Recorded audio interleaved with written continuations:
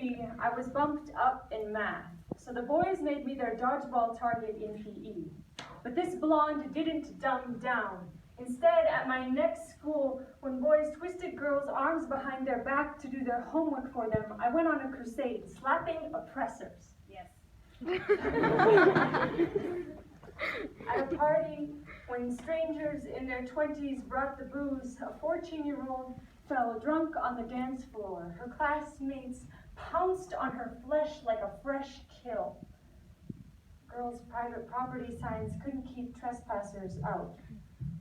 A guy bragged about white chick hunting on the weekends, hoping I'd be his next trophy to show his friends. My skin and blonde mane displayed like a lion on the wall of a safari lodge. I survived by slicking my hair back into an ugly ponytail, striding with a bounce, swinging my lunchbox like David Sling. Sometimes you need to be deadly because hyenas eat whatever isn't. Wow. One layabout asked how many cows, digging for a green card or gold, when I was 4 years old. I'd go to buy clothes at the market and find out I was for sale. Where Malaya? Online, I tried to sell a freezer. A man came to take a look at me for a date. The security officer came late, only to tell me the man was Tim Mafisi, who now has my number and knows where I live. Etty, I should feel lucky because he probably found an easier meal. I am not an animal. No one would protect me, even if they were paid to. Noted. I am not an animal. I am not a possession. I am a human. Say it until it feels true. Men, you don't know your own strength. With great power comes great responsibility. Because it's so often abused, when you use it to heal and empower, it feels like a superpower. Only men can prove to us that good men exist.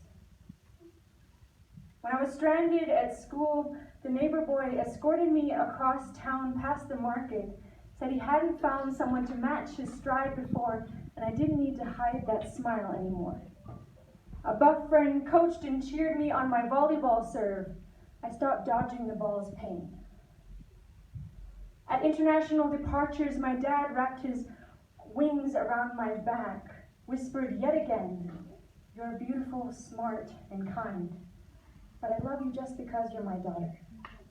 Held me fierce until it was time for me to fly. My first boyfriend never trespassed but waited at the gate. Hatabilam Lindsay, I could let my guard down. He didn't say I love you to manipulate me to reciprocate. On our dinner dates, Fisi hakuepo, so I could wear makeup and polish nails.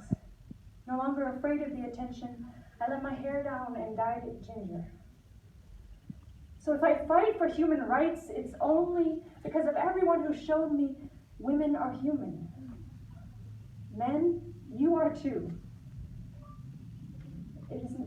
Grandpa told me that hurt people hurt people. It is not strong to wield a weapon, it's a sign we feel weak and afraid. I later realized we played dodgeball, boys versus girls, but really their side was competing against each other to prove they were men. I was just a casualty. I found out that White Chick Hunter had been stripped of his innocence in the headmaster's office. He was desperate to feel in control of something, to fight the shame of the victim.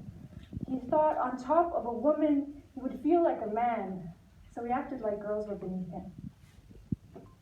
I forgave them. They were not beasts. I was not an object. We were kids trying to cope with trauma, bullying because we believed we needed to be feared to be respected. We're all wishing for permission to be human, but we already are. Let's remind each other that touch can mean affection, not just possession. That beauty is a blessing, not just a liability. That heroes are made from sacrifice, not conquest. That we're already secure and worthy. Grandpa said that healed people heal people. Maybe we don't know our own strength.